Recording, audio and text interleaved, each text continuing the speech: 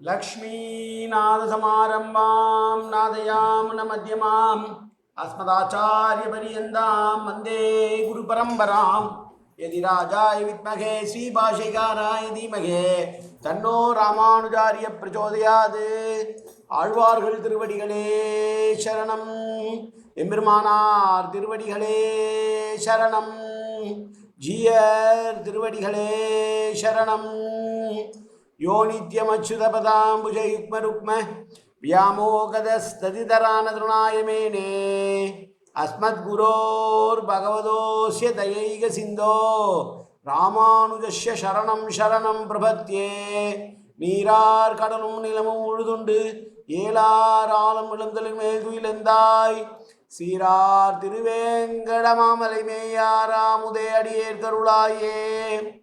எல்லாம் வல்ல ஏழ்மலையான் பெருங்கருணையால் 4000 திவ்ய பிரபந்த பாசுர பதிவேற்றங்களின் வரிசையில் இன்றைக்கு 2674வது நாள் பாசுர பதிவேற்றம்.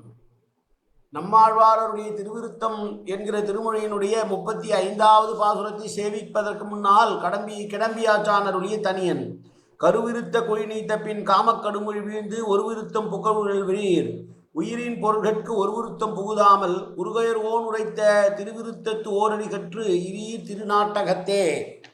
35வது பாசுரம்.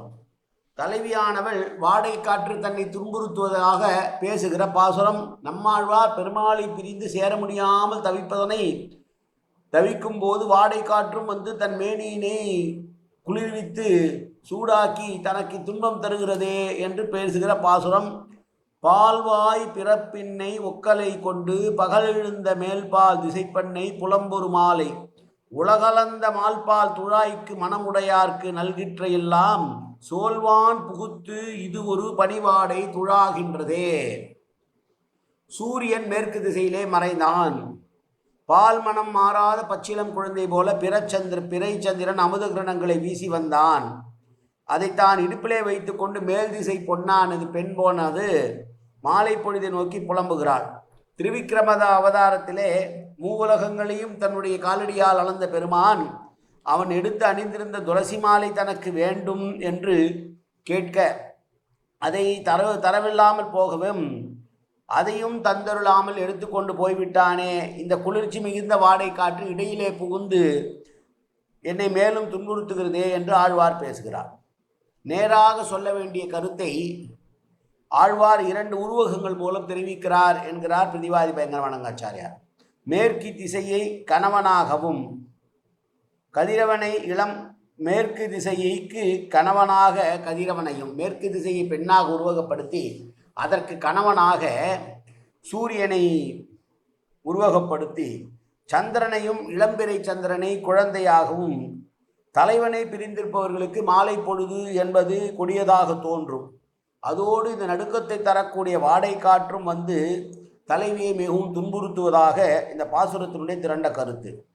மேற்கு திசை ஒரு பெண், அவள் கணவன் சூரியன், அவருடைய குழந்தை இளம்பிறை சந்திரன். சோல்வான் என்பது ஒரு புது சொல்லை ஆழ்வார் பயன்படுத்துகிறார். இது வான் ஈற்று வினை எச்சமாக கருதப்படுகிறது. கவர்ந்து கொள்ளுதல் என்ற பொருளை தருகிறது.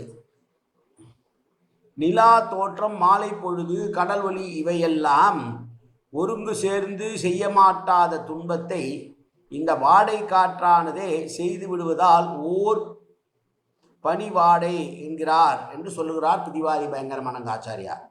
பொதுவாக கடலின் ஓசை சந்தோஷத்தை தரக்கூடியது. மாலை பொழுது கணவனோடு இருக்கும்போது சந்தோஷத்தை தரக்கூடியது. நிலாவும் அதே போலத்தான். ஆனால் பிரிந்திருக்கிற பொழுது இவையெல்லாம் கடலோசையோ நிலாவினுடைய தோற்றமோ மாலை பொழுதோ துன்பத்தையே கொடுக்கும். அவை கொடுக்கிற துன்பத்தை காட்டிலும் இந்த வாடை காற்று கொடுக்கிற துன்பமானது மிக அதிகமாக இருக்கிறதே என்று பேசிய பாசுரம் இந்த பாசுரம். மீண்டும் பாசுரத்தை பார்ப்போம். பால்வாய் பிறை பிள்ளை ஒக்கலை கொண்டு பகல் இழந்த மேல்பால் திசைப்பெண் புலம்புரு மாலை உலகளந்த மால்பால் துழாய்க்கு மனமுடையார்க்கு நல்கிற்ற எல்லாம் சோல்வான் புகுந்து இது ஒரு பணிவாடை துழாகின்றதே. காயன வாச்சா மனசேந்திரீர்வா உத்யாப்தனாபா பிரகதேது சுபாவாது கரோமி எந்தது சகலம் பரஸ்மை ஸ்ரீமன் நாராயணாயேதி சமர்ப்பயாமி. உடலாலும் உள்ளத்தாலும் வாக்காலும் சகலவிதமான பாபங்களும் தோஷங்களும் நிறைந்ததாக உலகத்தை இயல்பிருந்த போதிலும் அடியேன் செய்கிற நல்வினையோ தீவினையோ அத்தனையும் உன்னுடைய கமலமலர் பாதங்களில் சமர்ப்பிக்கிறேன் கண்ணா, காத்தருள்வாய் கண்ணா, ஏற்றுக்கொள்வாய் கண்ணா, எப்போதும் திருநாமம் கண்ணா கண்ணா கண்ணா என்று என் நாவில் வருவதற்கு அருள் புரிவாய் கண்ணா. சர்வத்திர கோவிந்தநாம சங்கீர்த்தனம். கோவிந்தா கோவிந்தா கோவிந்தா கோவிந்தா கோவிந்தா கோவிந்தா கோவிந்தா கோவிந்தா கோவிந்தா.